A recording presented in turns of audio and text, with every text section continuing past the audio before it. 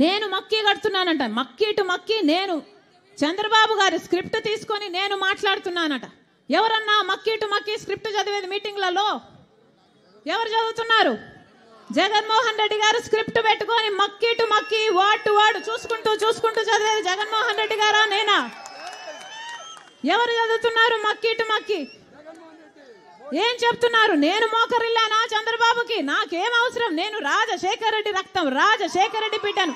నేను ఎవ్వరి ముందు ఏ రోజు మోకరించలేదు. అందుకే మొండిగా ఈ రోజు వరకు కొట్లాడుతున్నా. నా గురించి ఎవడు ఏమి రాసుకున్నా ఏమి అనుకున్నా ఏ రోజు పట్టించుకోలేదు రాజశేఖర రెడ్డి బిడ్డ. ఎందుకంటే నాకు తెలుసు నా గుండెలో ఉన్న నిజాయితీ గురించి. ఈరోజు మోకరిల్లింది ఎవరు?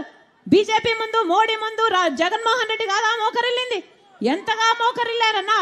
ఆఖరికి మన ప్రత్యేక హోదాను తాకట్టు పెట్టారు, మన పోలవరం తాకట్టు పెట్టారు, మన రాజధాని తాకట్టు పెట్టారు. మొత్తం అన్ని మన ప్రయోజనాలు అన్ని తాకట్టు పెట్టుకున్నారు వాళ్ళ స్వప్రయోజనాల కోసం. ఎవరు మోకరిల్లుతున్నారు? ఢిల్లీకి వెళ్ళినప్పుడల్లా మన రాష్ట్ర ప్రజల సమస్యల గురించి మాట్లాడుతున్నారా ముఖ్యమంత్రి గారు?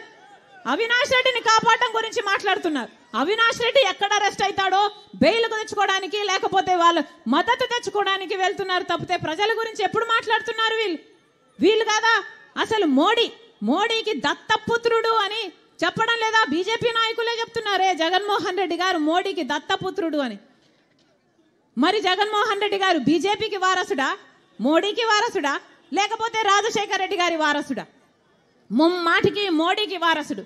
ఎందుకంటే రాజశేఖర రెడ్డి గారు బీజేపీని వ్యతిరేకించేవాడు.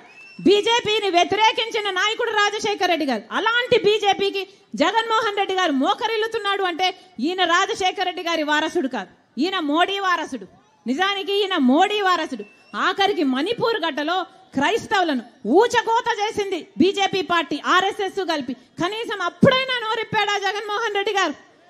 సొంత మతం, మన మతం క్రైస్తవులను చంపేస్తున్నా అప్పుడు కూడా బీజేపీకే మద్దతు ఇచ్చాడే చట్టసభలలో. మరి ఈయన బీజేపీ వారసుడు కాక రాజశేఖర రెడ్డి గారి వారసుడు ఎలా అవుతాడన్నా?